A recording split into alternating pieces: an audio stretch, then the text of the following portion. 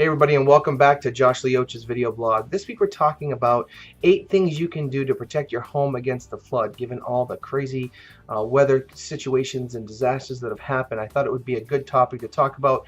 So we're going to talk about that this week. So stay tuned. We'll be right back to go over 8 things that you can do to protect your home against a flood.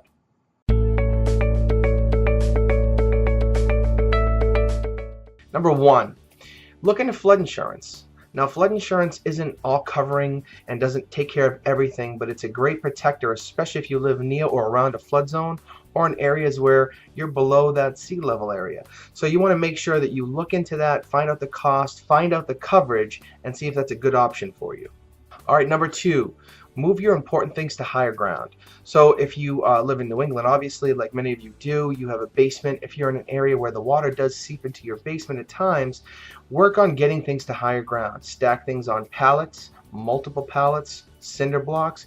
Get things above where any water can really come in. Some basements get 1 to 2 feet of water. So if that's your case and you need that room for storage, put things up 3 feet and make sure you're getting all those things that are important to you, whether it's memories or actual things with monetary value, above that water level.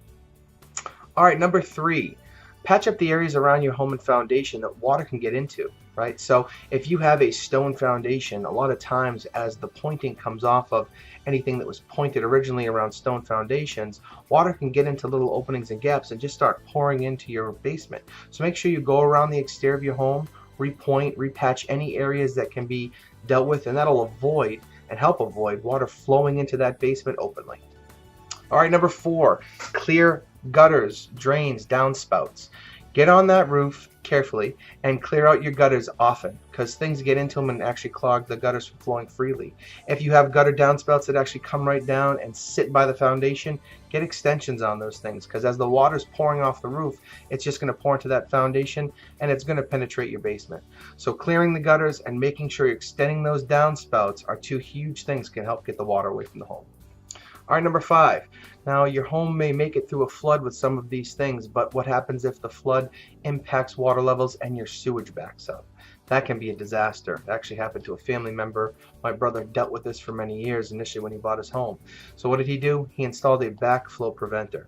So call your plumber, get an idea of what it's going to cost, but what will happen is as the sewage starts to flow backwards, it's going to lock down and not anything to come back into the home, and then it will push back out to the street. So a very important thing to have, especially if you're getting through that flood but your sewer line gets clogged up, it can be a mess. So backflow preventer.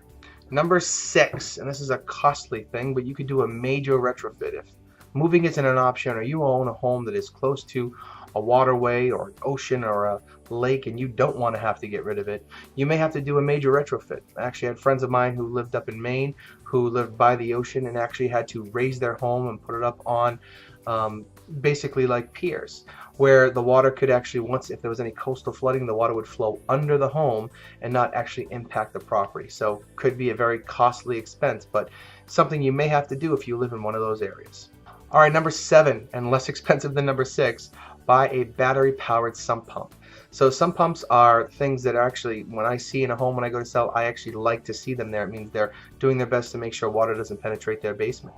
So putting in a sump pump will allow the water, as it starts to rise up in that hole that is dug for it, to just shoot that water out and make sure the hose that is bringing the water out is extended far away from the home. And that'll help keep that groundwater flowing out and not coming into the house. All right, number 8, change your landscape. This is probably the one I see the most, especially in our area where people have a negative grade to their landscape and the land is actually flowing down towards the house and not away.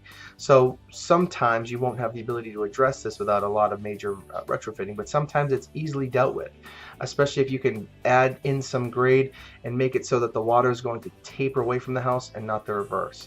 So take a look at your home, especially if you're in a flat lot and it sits slightly below grade and you can see that the ground is coming in. Water is going to be flowing towards your foundation. So do your best to change the grade of the home, or worst case scenario, you're going to install perimeter drains around the house to get the water flowing away if grade can't be changed. Alright guys, that's 8 tips to protect your home against water penetration and flooding. If you have any questions on any information we talked about today, please reach out, call, or email. I'd love to answer any questions you may have. Otherwise, we will see you next time on Josh Leoch's video blog.